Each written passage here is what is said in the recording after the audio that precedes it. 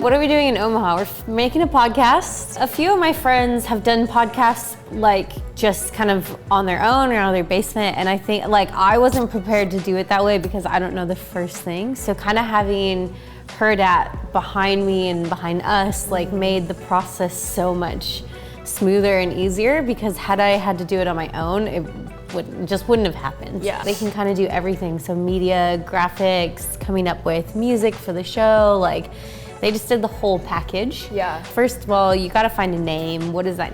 You got to get that name approved. Is anyone else using that? Is it going to be catchy? Gosh, yeah. Having help with scheduling. Like I can barely get my own schedule going, let alone try to schedule people for interviews, and you know, a lot goes into that side of things. So having that help and support is, it's unmatched. Right. Huge thank you to Hurrdat. That I wouldn't be here without them. I couldn't have done it without them. I'm Malia White, real-life bosun and cast member on Bravo's Below Deck Med. Working in my industry can be very interesting. These are my stories. As you'll find out, my world is a total ship show. Hey guys, welcome back to Total Ship Show. I'm Malia. I'm Amanda. Thanks for following along this season so far. This is kind of our podcast about pulling back the curtain in my industry and kind of just talking about the stuff that doesn't get seen so much, right? Yeah. Like it's been awesome. I mean, learning so much about an industry that a lot of people will never have any exposure to. So it's been really cool to hear all of these stories. This is insider scoop. Yeah, insider scoop. Yeah, but also just kind of, you know, with the show, with Below Deck, you get to see a lot of the glamorous side of it. And I kind of just want to show the raw, like the roughness of this industry, like not just yachting, the, you know, commercial side. You know, we spoke to tugboat, you know, like all the fun, different sides. Yeah. And not like, just the white glove. Yeah, right. Like more of like the action side of it. You know, like what does it take to make a yacht look so like beautiful and have it like run so smoothly? A lot of sweat and tears. Yeah. Blood, sweat, and tears. I believe that, yeah. Yeah, so today's episode is really, so we're going to call it the danger episode. And I kind of just want to talk about the other side to yachting, where it is quite dangerous. It is quite a dangerous field to work in. It can be.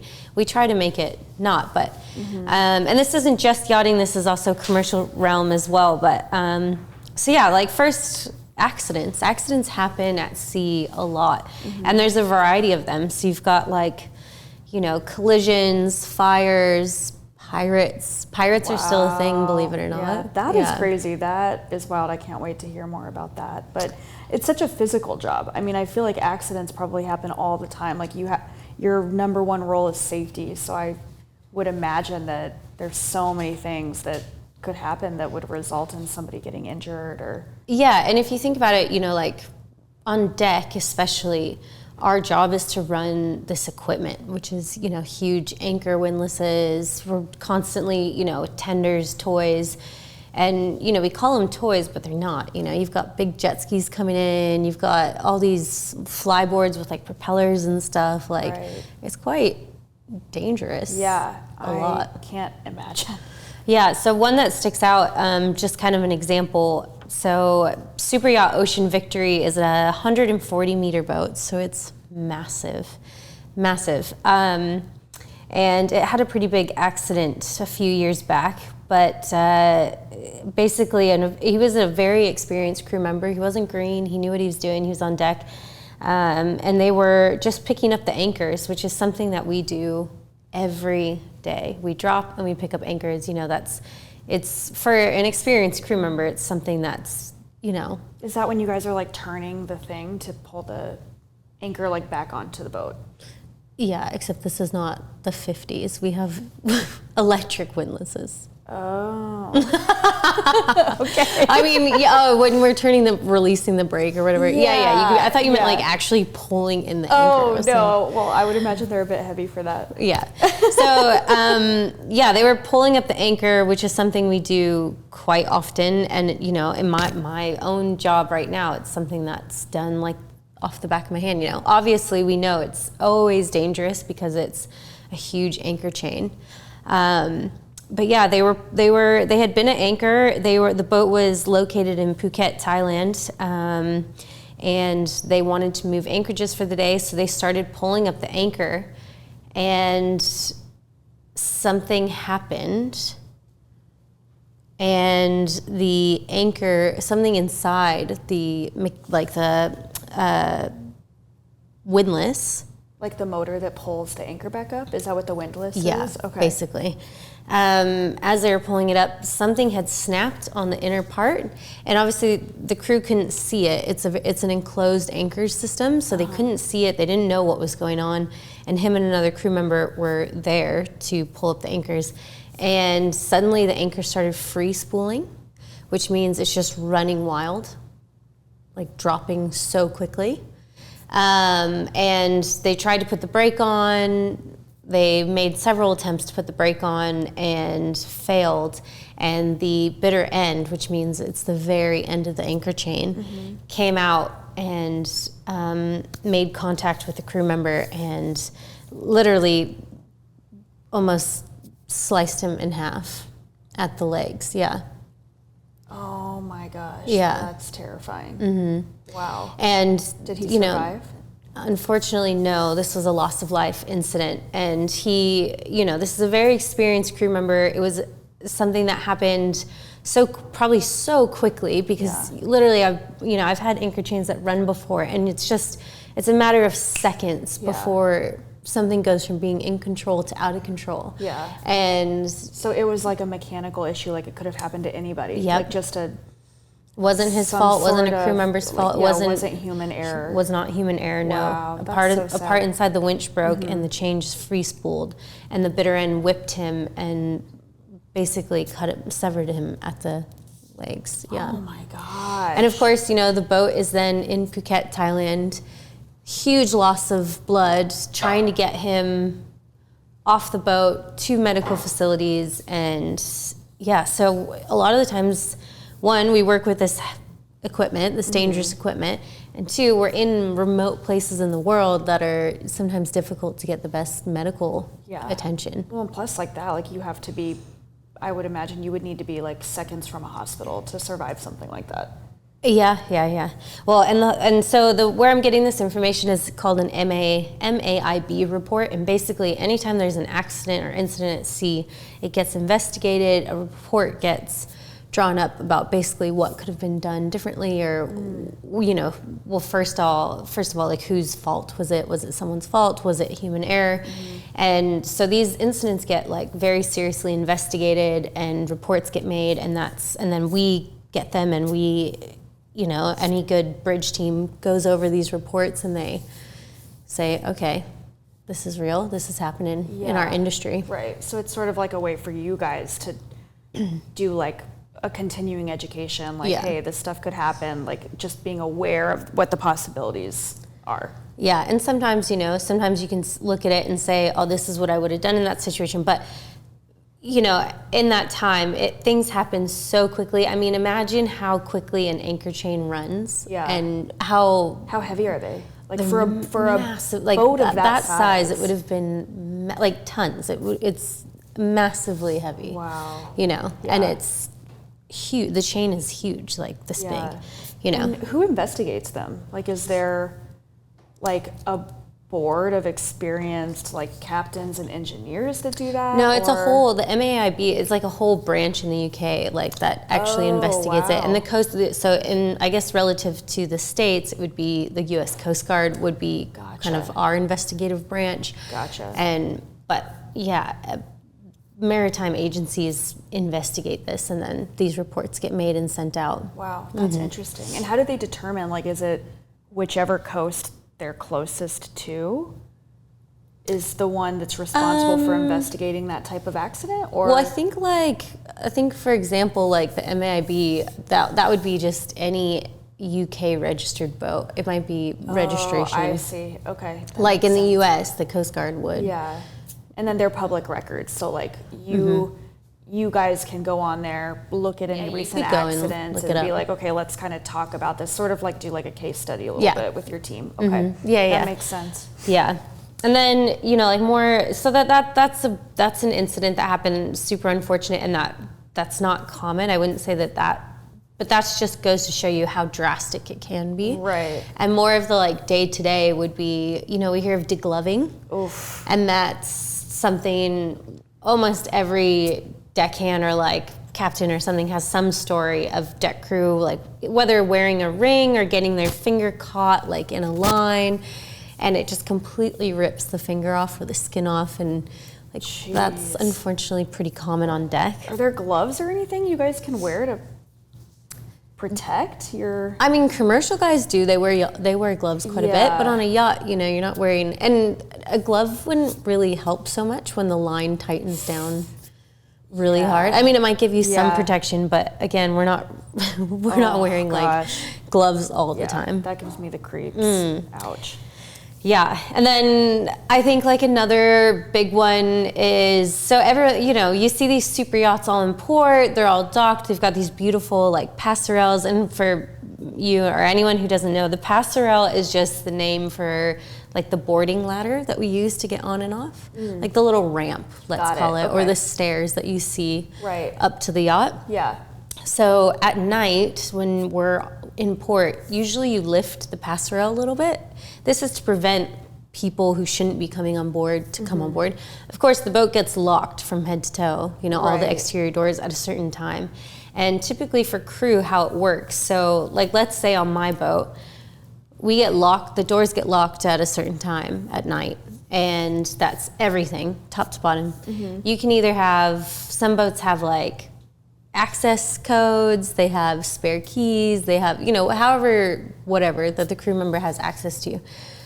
But basically at that point of night, it's your responsibility to get back in safely. And I can't tell you how many times, like, I've witnessed, like, we just had to do an incident report for someone on my boat for passerelles, but like crew members trying to get back on board, whether intoxicated or not, but they're trying to get onto the passerelle and they slip and fall. Or, you know, they hit their head because the because it's wet. Wet, or there's like a big gap and they think they're gonna make it, so they try to jump instead of calling someone to lower the passerelle, or like, they fall. Or another big one is like people trying to jump from the dock onto the stern, like onto the swim platform. It's just, and that's, you know, dangerous and crew mistake. That's human error a bit, but it's sad. Jeez, okay. And what about like drowning? Like, does like drowning happen? I mean, we all know like. Drowning does happen. I would say in that incident, like with passerelle, like people getting back on the passerelle, like drowning accidents have happened that way. Like they hit their head, they fall unconscious. So whenever you go by these super yachts and you see us like working over the side, you'll see that we have like a helmet, a life jacket, a harness, like we have all this safety equipment, and it's because of, you know, incidents that have happened, maybe not just in yachting, but in like the commercial realm. So now like you'll see us when we go over the side, we've got a helmet, a life jacket, a radio, someone's constantly checking on us. We've got safety, you know, our harnesses have like a dual system, so in case one fails, we have a backup, you know. And sometimes you think, oh, why are they wearing all this? Or that's a lot of effort just to be hanging over the side, but that's why. That's crazy. Yeah. Wow.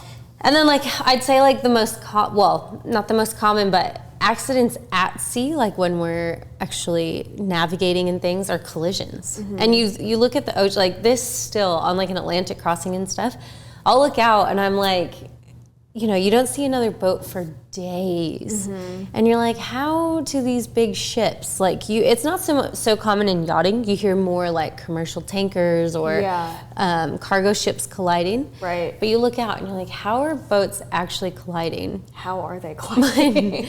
Well, and that's funny. It's more, that part's more human error. It's someone in the bridge isn't paying attention, or, you know. How are they not paying attention? Like, That's like, not. do they go to sleep or? There have been accidents because people have fallen asleep on the bridge. Yeah, for Wow. sure. Not so much on yachts, but commercial side. That's interesting. People falling asleep or human error, like not judging. And I'll say that it's probably a lot of ego as well, like not knowing who's the stand-on vessel, who's the giveaway, or just ego gets involved and like, I'm the stand-on vessel, so I'm not going to do anything, you know, that kind of thing. Yeah, that's crazy. Actually, yeah, and I would say, you know, like other collisions that aren't so much human error, but we also have failures, like electrical failures and mechanical failures. So just recently, it made headlines everywhere, but Motor Yacht Go just crashed into a dock in St. Martin. And, you know, people looked at it and they were like, oh, that captain, how could that have happened, whatever. But actually it turned out it was a failure in the bridge and they had no control. And actually the way the captain handled it is, you know, he did an outstanding job because they limited the amount of damage. No one got hurt, no one died or anything. Wow. But it just slowly crashed into a dock. And imagine you have this, you know, massive motor yacht worth millions and you have no control on the bridge and it just slowly. Right. Did he like contact the people that were on the dock, like anyone nearby, like, hey, just get people away, like I can't slow down. Yeah, he did. And he had a crew member like on the bow that went out and said like, get away, get away, get away. Because you know, people naturally when they see something like that, they kind of gravitate towards it and they're like taking photos, whatever. And they went out and they're like, get away, get away. And you can just watch the video online, but the boat just slowly hits the dock. Wow. And that was all because of a failure in the bridge. Jeez, that's so crazy. Another collision that just happened with a yacht, which is not very common, and I'm bringing it up because it literally just happened and made headlines, but the 63-meter yacht Utopia, they just collided with a gas tanker. So this is at night, 10 o'clock at night, it's dark. The yacht was actually underway with guests on board. Yeah. And it collided with a gas tanker. So was there an explosion? Or? No. It kind of rear-ended the tanker. And basically what happened, so the unofficial story, because the report isn't out yet, but the unofficial story, and if I get it wrong, we'll fix it later, but the unofficial story is that the bridge of Utopia, the bridge team, didn't see the tanker. They said it was not well lit. Like it didn't have its proper running lights or anchor lights. I'm not sure if they were moving or not moving, but basically they ran into the aft of the tanker.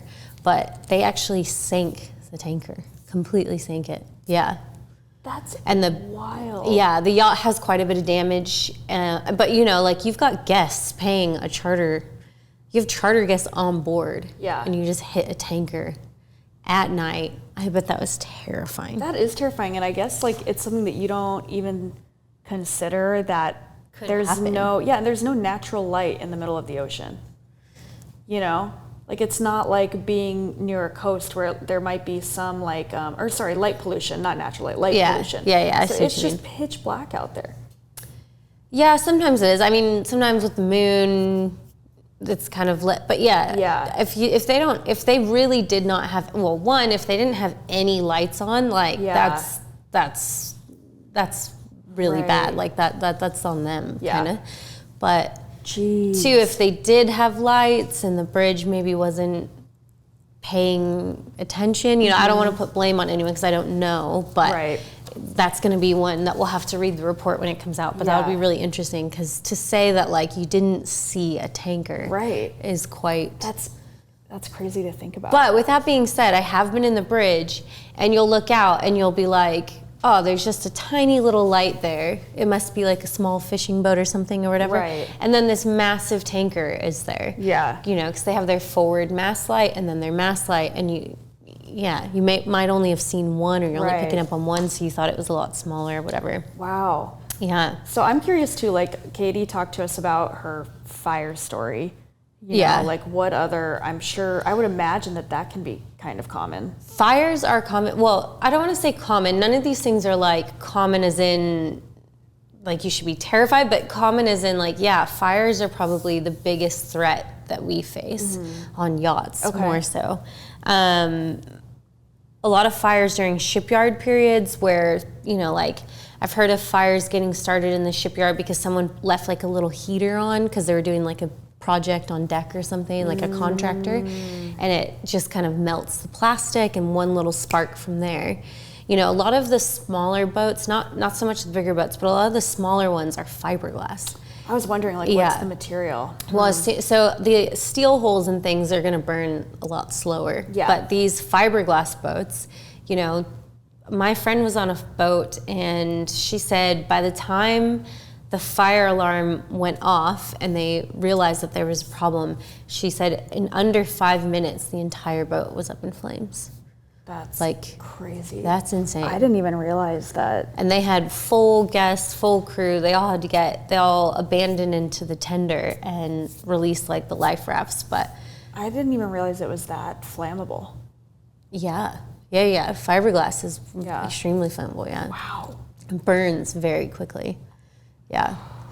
But, you know, like bigger boats, like steel holes or aluminum holes, it's a little slower, but still, you know, it's scary, hot. Especially if you're out in the middle of the ocean. Yeah. And then basically if a fire engulfs the boat so much, then that turns it into an abandoned ship situation where you're literally now thinking about getting into life rafts. Yeah. So. Wow. I know, it's these things that you don't think about, like this stuff can happen. You know, another one, you know, pirates seem to be this like thing that you hear about in movies or whatever, but they still exist. Where do they still exist? Well, okay, so Pirates of the Caribbean.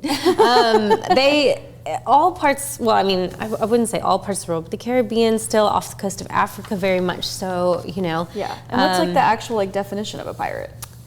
Ooh, I don't know. Good question. Does it like, I'm wondering like you know, if you're calling someone a pirate, does that mean that they're trying to like capture the boat, capture people, steal from the boat? Yeah, so I would say modern day piracy is more about ransom, like trying to gain money. It's not about like, I guess pirates are usually depicted as like yo-ho, you know, and like these big ghost ships and things. Yeah. That's not really accurate. It's more, you know, I would say probably desperate people that are trying to hold either crew or the boat or the goods that are on the boat for ransom. Interesting. So like, do they put the boats in like dangerous situations where they're like, all right, I don't know, like, do they try to capture? Well, okay, so for example, just recently, December 13th, 2021, a pirate attack. Really recent. Yeah, so a container ship in the Gulf of Guinea.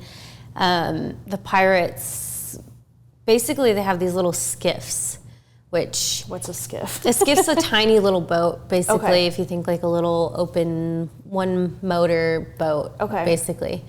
But the thing about them, so you have this massive container ship, right? And you think, oh, well, how can that get taken by pirates? Well, the thing is, the container ship is slow, for one. It's slow and it's not as maneuverable. So then you have pirates on these skiffs that are super fast and super maneuverable.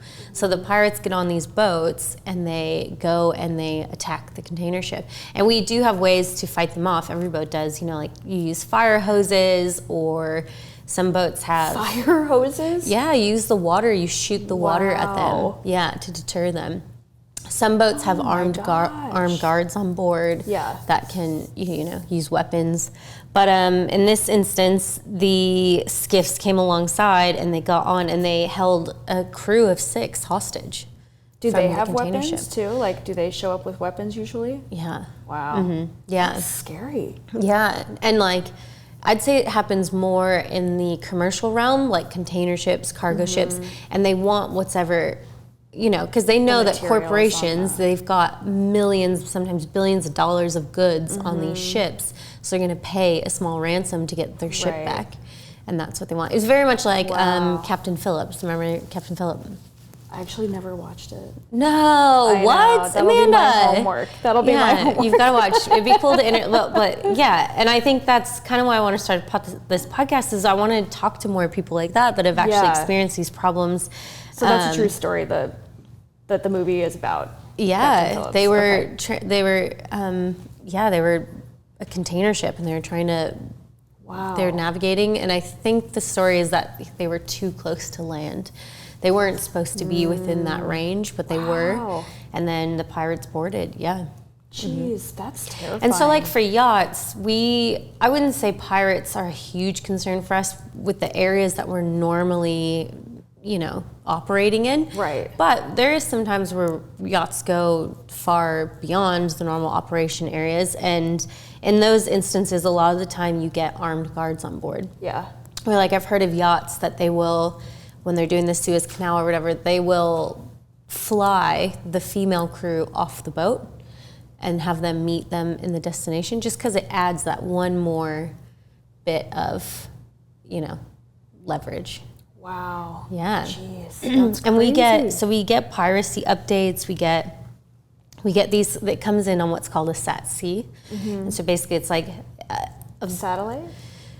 yeah, and it's basically like if you think of like a little computer in the bridge, and we get these little updates in the bridge, and it'll say pirates off the coast of whatever area that you're operating in, and it'll warn you. It'll say, there was a pirate incident here, a pirate attack over here, Wow. and kind of give you the details. How often do people get like killed or like?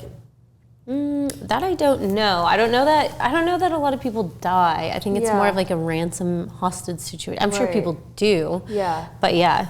That's so interesting. And the other thing is in like the Caribbean or in anchorages, very small scale, but you might have, it's still considered piracy or like looting, but you might have someone coming around trying to get on the boats in the night and stealing things. Yeah. I remember a few years ago in the Bahamas, there was a guy that was renowned for it, like at night. They called him Spider-Man, and he would get on the boats in the middle of the night and try to just steal anything that he could grab. And yeah, would he use like ropes and stuff to? Yeah, he would just bring a little boat alongside, and if you didn't notice, if you didn't lock up or crew didn't notice, then he got on board and he would steal stuff.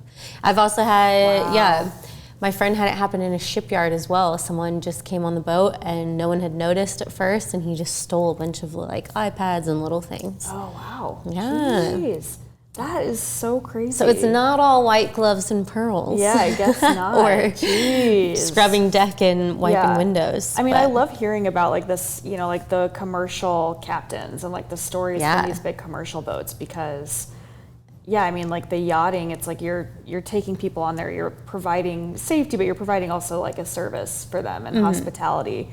And these other stories are just so fascinating. It's like just the wild, wild west. the wild, wild west. That's what it feels like. Yeah. Yeah. It's crazy. Well, and I'm excited because hopefully we'll get to interview a few of these people. Yes, yeah, along I the know. way. I want to hear more about this. And just, I mean, like even talking about the safety of it. Like, your most asked question is how do I get into yachting or how do I get into this type of industry? And it's like there's a lot to it. It isn't all it isn't all exactly what you see on TV. Yeah, and So- just remember, and just like a reminder that this, before we're like deck crew, before we're stewardesses, before we're anything, we're seamen. We signed up to be, at sea. So Right. safety of life, and that's our first priority. Right. So, Wow.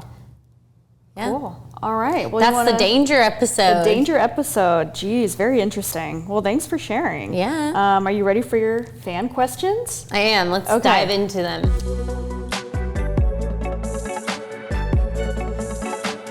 All right, cool. So from Samantha, what has been your best and worst experience? Oof. My best experience is probably diving in the Galapagos. I got to do, I was fortunate enough to be on a boat that went into the Galapagos, and like that was just a once in a lifetime experience for me. Well, hopefully not once, I want to go back. It was amazing, but getting to go to the Galapagos. My worst, I don't know, my worst is probably like a combination of just missing certain events, like missing family events that have meant a lot and I haven't been able to be there. Yeah. That hits me hard. Yeah. Absolutely. Okay, so from Katie Mick, how does it work to become captain based on hours put in, tests passed, charters done, all of it? Yeah, so to become a captain, I mean, to get your first license, which is like a 6-pack, which is like a smaller boat, or like your power boat level 2, you don't need much time for those. But then as you want to work your way up in tonnage, you have to have a certain amount of hours at sea, a certain amount of hours spent in the bridge, and then there's lots of schooling. So you do your like 100 ton, your 200 ton, and then you do specific courses like GMDSS, Nav and Radar, ECDIS, and these are all very specific courses to learn about the equipment in the bridge. And then once you pass all those tests and you get enough hours, then you sit your final exam, and that's kind of how you become a captain. But then obviously it depends on size, so as you work your way up, the exams get a little harder. Right. All right. From Emmy Gray, how are you compensated? Like tips-wise, she said she knows it's even, but basically, like, how is a first stew compensated versus a second stew? And so I get this question a lot also. So I'm on a salary. Like, I get paid monthly for my normal job, and then tips are a bonus. Oh, okay.